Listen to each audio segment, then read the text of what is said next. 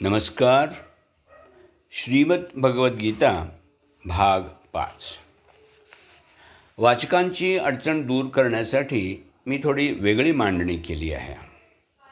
माझ्यासारख्या नवख्या अभ्यासकांना सोयीचं जावं म्हणून माझ्या दृष्टीनं गीतेतील महत्त्वाचे विषय निवडून त्यांच्याशी संबद्ध महत्त्वाचे श्लोक वेगवेगळ्या अध्यायामधून एकत्र करून अर्थासहित छापले आहेत.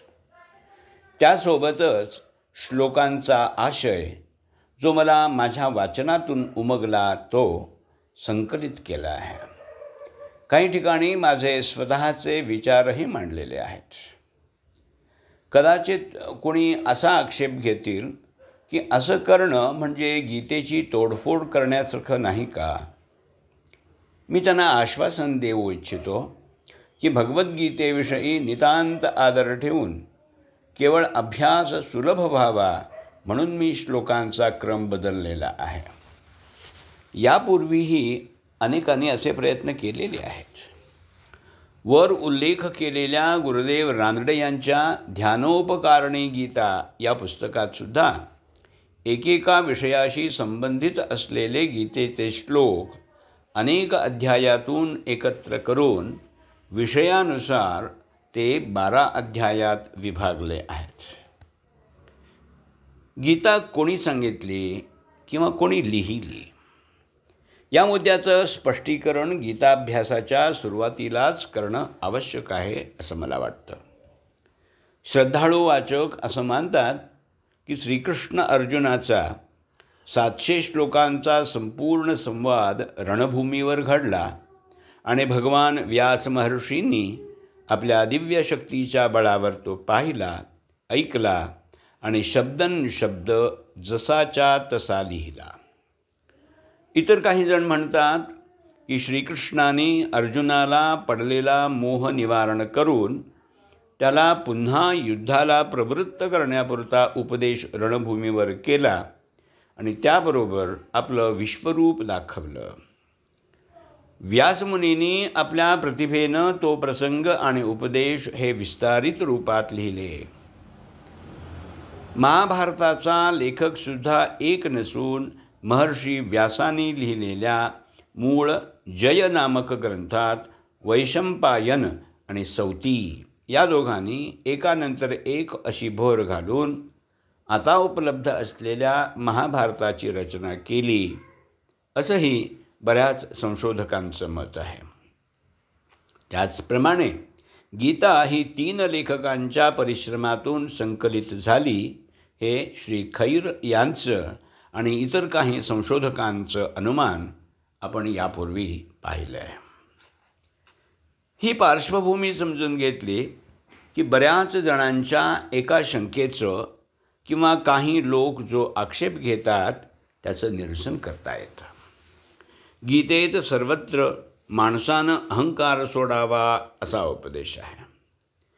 परंतु बऱ्याच ठिकाणी श्रीकृष्ण प्रथमपुरुषी सर्वनाम अहम म्हणजे मी किंवा या सर्वनामाच्या विभक्ती वापरून म्हणतात की हे सर्व जग मी व्यापलं आहे.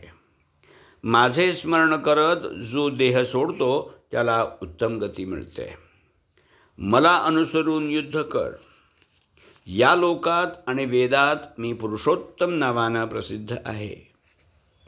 सर्व धर्म सोडून मलाच शरण ये, मी तुला मोक्ष देईन. भिवू नकोस. हा भगवंताचा अहंकार म्हणायचा का? या शंकेचं अथवा आक्षेपाचं निरसन पुढील प्रमाणे करता येतं. 1. गीतेत श्रीकृष्णांचे जेवढे श्लोक आहेत त्यांची सुरुवात कुठेही श्रीकृष्ण उवाच अशी नसून श्री भगवान उवाच अशी आहे. याचा अर्थ श्रीकृष्ण वेगळी भूमिका घेऊन ईश्वराशी तदाकार होऊन बोलत आहेत. याचे पुरावे म्हणजे 10व्या अध्यायात ईश्वराच्या विभूती म्हणजे विशेष रूप ज्यांच्यामध्ये ईश्वरी सामर्थ्याचा प्रत्यय येतो अशी सांगताना ते म्हणतात, मी आदित्यांमध्ये विष्णू आहे, शस्त्र धारण करणाऱ्यांमध्ये मी राम आहे, यादवांचा कृष्ण पण मीच आणि रुद्रांमध्ये शंकरसुद्धा मीच.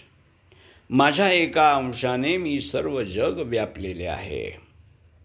अर्थातच एका अतिशय व्यापक अशा भूमिकेशी एकरूप होऊन ते बोलत आहेत. श्रीकृष्णाच्या मर्यादित भूमिकेतून नाही, हे इथं लक्षात घेतलं पाहिजे. नंबर 2, अनुगीतेत आपल्याला मूळ गीता पुन्हा सांगता येणार नाही, कारण ती सांगताना मी विशेष योगावस्थेत होतो असं श्रीकृष्णाने अर्जुनाला सांगितल्याचा उल्लेख वर आला आहे. नंबर 3, गीतोपदेश संपत आला तेव्हा या भूमिकेतून बाहेर येत असताना ते अर्जुनाला पूर्ण स्वातंत्र्य देत म्हणतात की तुझी जशी इच्छा असेल तसं कर. क्रमांक 4, भगवानांच्या तोंडी अशी अहंकारयुक्त वाटण्याजोगी वाक्य ही मूळच्या गीतेत अथवा दुसऱ्या लेखकानं संस्कारित करून वाढवलेल्या गीतेत नव्हती, तर ती तिसऱ्या लेखकानं एका विशिष्ट उद्देशानं घातलेली आहेत, असा श्री खैरांचा निष्कर्ष आहे. त्यांच्या मते या तिसऱ्या लेखकाला सर्वसामान्यांच्या मानसशास्त्राची अचूक ओळख होती. कोणी इतरांनी उपदेश केला तर लोक त्या उपदेशाला फारसं महत्त्व देत नाहीत. प्रत्यक्ष भगवान उपदेश करत आहेत असं वाचकांना वाटलं तर ते त्या उपदेशाचं पालन करण्याची शक्यता अधिक. या उद्देशानं तिसऱ्या लेखकानं अशी वाक्य भगवानांच्या मुखी घातली, असा जो खैरांनी विचार मांडलेला आहे तो तर्कसंगत वाटतो. क्रमशः लेखक डॉक्टर विजय पांडुरंग जायदे, वाचक डॉक्टर अमृत राघवेंद्र यार्दी.